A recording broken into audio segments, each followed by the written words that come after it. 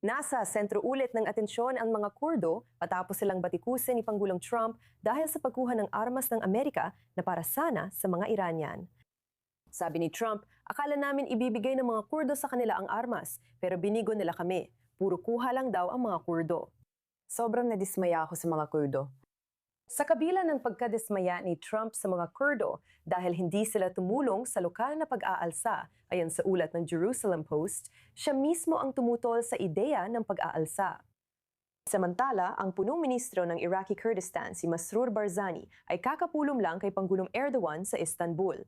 Paalala rin na mas mapili at mas estratehiko ang relasyon ng Turkey sa mga Kurdo kaysa iniisip ng marami. Kasama natin ngayon si Entifad Kanbar, dating tagapagsalita ng Deputy Prime Minister ng Iraq at Chairman ng Kurdish Protection Action Council sa Washington para pag-usapan ito. Entifad, ano masasabi mo sa patuloy na pagtatalo ni Pangulong Trump na bumabatikos sa mga Kurdo? Paano ito tinatanggap o binibigyang kahulugan ng mga grupong Kurdo?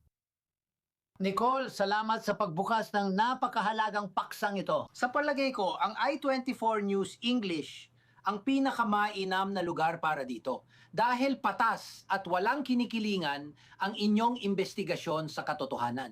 Sa tingin ko, dito ako sa Washington. Ikaw naman ay libu-libong milya ang layo at nakatira sa Israel.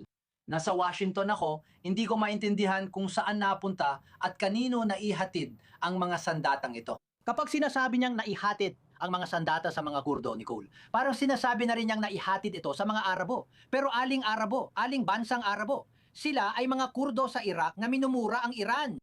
May ilang partidong Kurdo sa Iraq, kabilang ang dalawang pangunahing partido.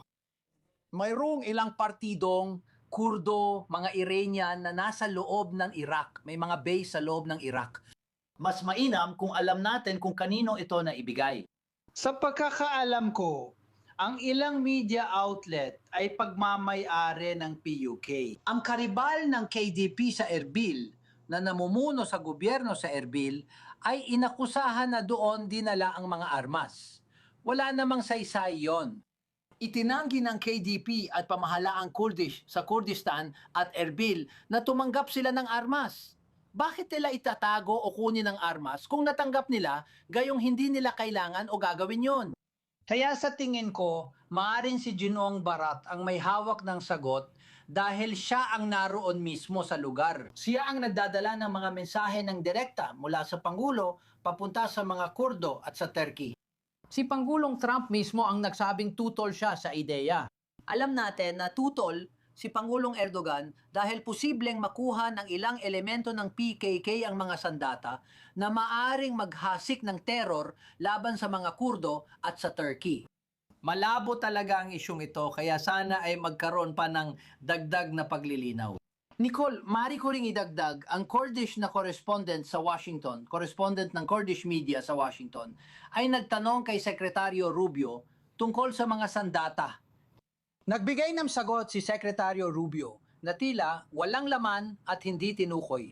Kaya di ako sigurado kung maling briefing o maling impormasyon ang nakuha ni Pangulo.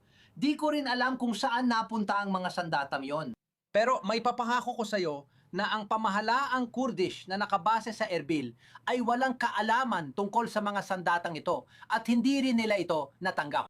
Paano isinasagawa ng mga leader na Kurdish ang mga diplomatic rounds sa ngayon? May ipinapapahiwatig ba ang pagpupulong ni na Erdogan at Barzani tungkol sa diplomatikong pagsisikap ng mga leader ng Kurdish? Sa totoo lang, mahalaga ang geografiya.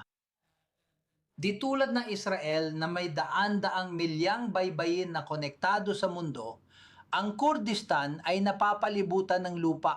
Kaya kung ikaw ay nasa Kurdistan, Iraq at may gobyerno ka, at 6 na milyong tao na kailangang pakainin at paunlarin, kailangan mong magkaroon ng ugnayan sa Turkey dahil ang Turkey lang ang tanging daan nila palabas sa ibang bansa, Nicole. Dumaan ang kanilang pipeline ng langis sa Turkey at sa Jihan Port para ma-export. Ang kanilang kalakalan ay dumadaan lang sa Turkey dahil ito lang ang ruta. Dahil napapalibutan ng Turkey ang Kurdistan sa Iraq, hindi posible ang ugnayan sa Iran. At ang Syria, gaya ng alam mo, ay isa ring magulong lugar.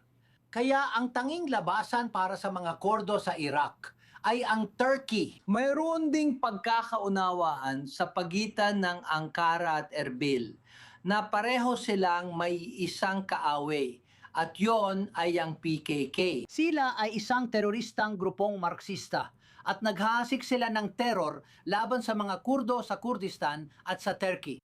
Kaya may mga pagkakapareho kahit na siguro may ilang makasaysayang pagkakaiba.